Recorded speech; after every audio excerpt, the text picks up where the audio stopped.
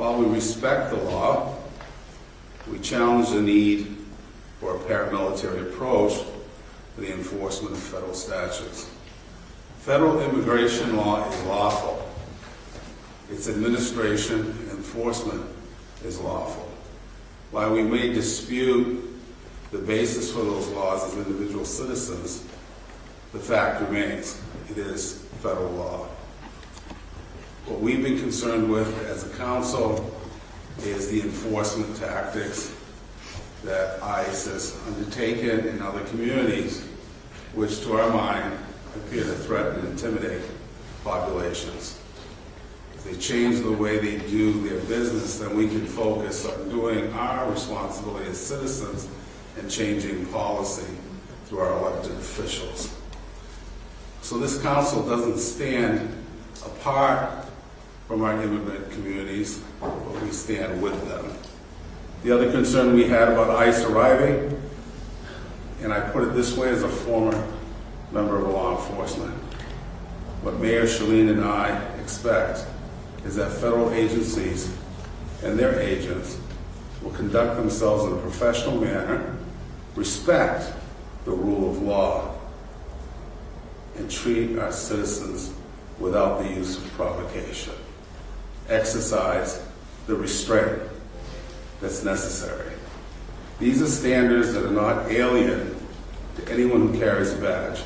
It's the standard we expect of our municipal police officers, and I hope and pray it's a standard that the director of ICE would exercise against their agents.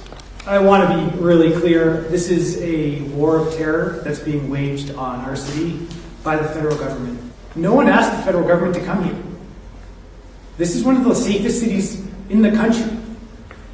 But because of an agenda of white nationalism and might makes right, we now have a war on our streets.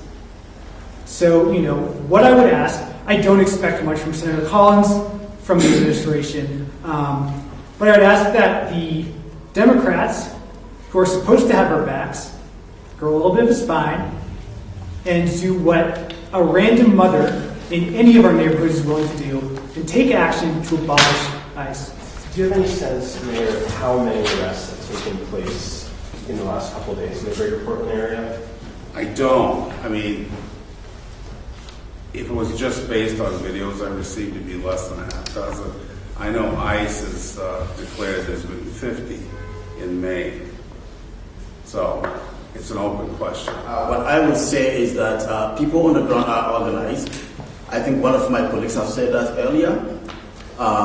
People are afraid. They are scared. People's anxiety have gone up because they don't know what to expect. Imagine you are a parent and you step out to put your kid in a school bus. By the time you turn around, you are surrounded by ICE agents, and they are ready to take you with them.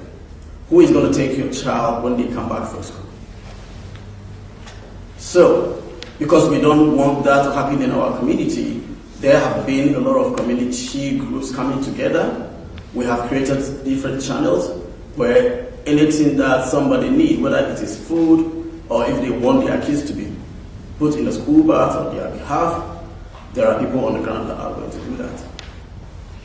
And I also want to add this. I think if the federal government is looking for anyone in this country, so far as the person engaged the system, the federal government knows how to get that person without intimidation, without unleashing terror on our streets. And I would say that we are here and we are willing to support our community as much as we can within the boundaries of the laws. And we are not going to be intimidated by what is happening on the streets. So the Somali community in Minnesota has been a focus of the ICE enforcement happening there. Is that also true in Portland? Well, I don't know.